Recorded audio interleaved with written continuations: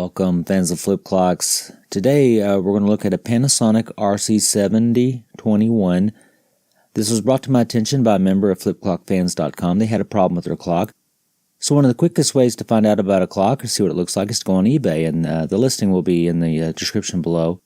But the problem was he was missing a tile, and he described it as the top of the 32 and the bottom of the 33. And that's a real good way to describe it. So I went down to my stock and got this mechanism. So I went on Google and Googled it to see what does a 7021 look like. And by gosh, one of my old videos popped up. And that's kind of when I remembered that that's actually why I started making these videos, was to remind myself of how things looked. And so here we come for full circle. And when I was doing that restoration, I actually was using this mechanism, parting out some stuff.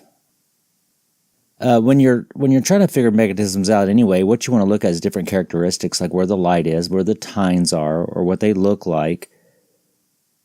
You want to look at the area here. These fins here hold this spring back, which stops the last of the 8 tiles, because as a lot of you know, there are 2 of each hour tile in many of these mechanisms. You look at the shape of those fins that hold back the spring. And these start at 45. And you see that tile's already dropped off that tine. And it waits for the last one on 59 to drop.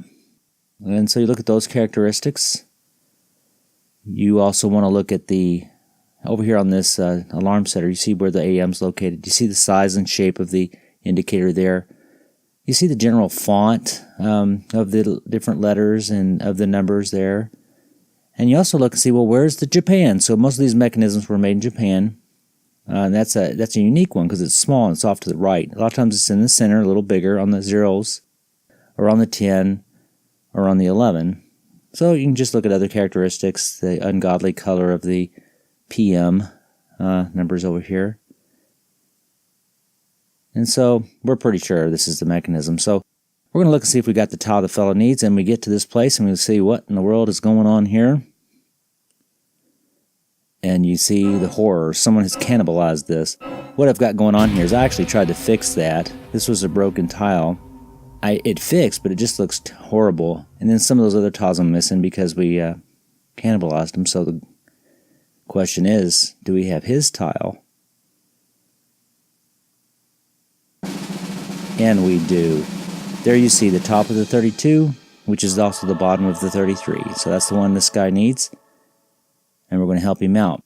So this part of the video, we actually kind of show you how you get that out safely. You can see over here where these little tabs from that tile poke in there, and those are easily broken off of, well, relatively easy, because these things last for a while, but sometimes they'll break off, and it's usually just one side, and why they do, I don't know. And what you have to do is you have to sort of bend that in the middle to release one side of the tile. And it's not cooperating. What I think I'm going to do is I'm going to go ahead and do the one above it, because that's not the one he needs. I don't want to mess up his tile. Okay. I don't know if you saw that, but the tile he needs flew off to the right there. And it looked like I bent the tile on that other one, that little tab, so I have no idea here if he's lucky or not. And it looks like it's okay. Each little tab's perfectly straight. Yep, he's fortunate. He's going to be able to fix his clock. Now you got to be careful with these things. Just take good care of them. So now I'm going to go ahead and show you how to get, in this particular clock, how to get the tiles back in there. Obviously I'm not very good at getting them out, or I'm kind of out of practice, but you see what I did is I bent that little tab. They're a little forgiving. You can probably do this a couple times, straighten them back out, but you don't want to get over aggressive. So you get one side in first, then you're going to bend it in the middle and insert the other side. And that's it. That's how it's done. When you get the time, come visit us at flipclockfans.com.